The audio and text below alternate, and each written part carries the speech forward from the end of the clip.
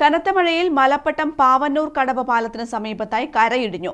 പാവന്നൂർ കടവ് തീരദേശ റോഡിൽ ഗതാഗതം തടസ്സപ്പെട്ടു. പാവന്നൂർ കടവ് മുതൽ മലപ്പട്ടം കാപ്പാട് കുന്നിലേക്ക് പോകുന്ന റോഡിൽ ചൊവ്വാഴ്ച രാവിലെയാണ് വൻതോതിൽ റോഡിടിഞ്ഞ് ഗതാഗത തടസ്സമുണ്ടായത്. 15 വർഷത്തോളം പഴക്കമുള്ള റോഡാണിത്.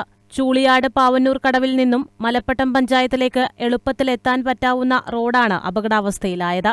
15 വർഷമായി മലപ്പട്ടം പഞ്ചായത്തിനകത്ത് തീരദേശത്തുകൂടി പോകുന്ന ഒരു റോഡാവും. കാലവർഷക്കെടുതിയുടെ ഭാഗമായി ഇന്ന് പുഴയിലേക്ക് കര ഇടിഞ്ഞു പോകുന്നതിന് ഉണ്ടായത്. പഞ്ചായത്തിൻ്റെ തനത് ഫണ്ട് ഉപയോഗിച്ച് പ്രവൃത്തി ചെയ്യാൻ പറ്റാത്ത റോഡ് എന്നുള്ള നിലയിൽ അത് തീരദേശത്ത് ഉൾപ്പെടുത്തിക്കൊണ്ട് തന്നെ കഴിഞ്ഞ തവണ MLA ഫണ്ട് ഉപയോഗിച്ച് ആദ്യഘട്ട പ്രവർത്തനം പൂർത്തീകരിച്ചിട്ടുണ്ട്. പക്ഷെ അതിൻ്റെ പ്രവർത്തനം ഈ മേഖലക്കകത്ത് എത്തിയിട്ടില്ല.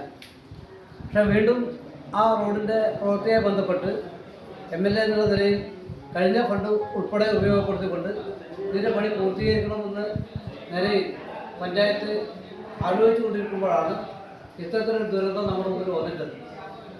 സംഭവസ്ഥലം ഗ്രാമപഞ്ചായത്ത് പ്രസിഡന്റ് PP ലക്ഷ്മണൻ, വികസനകാര്യ standing committee chairman C Aneesh Kumar, assistant secretary Ratheesh, Malappattam village officer Krishnan, Muslim League നേതാവ് TP മുഹമ്മദ് കുഞ്ഞി എന്നിവർ സന്ദർശിച്ചു.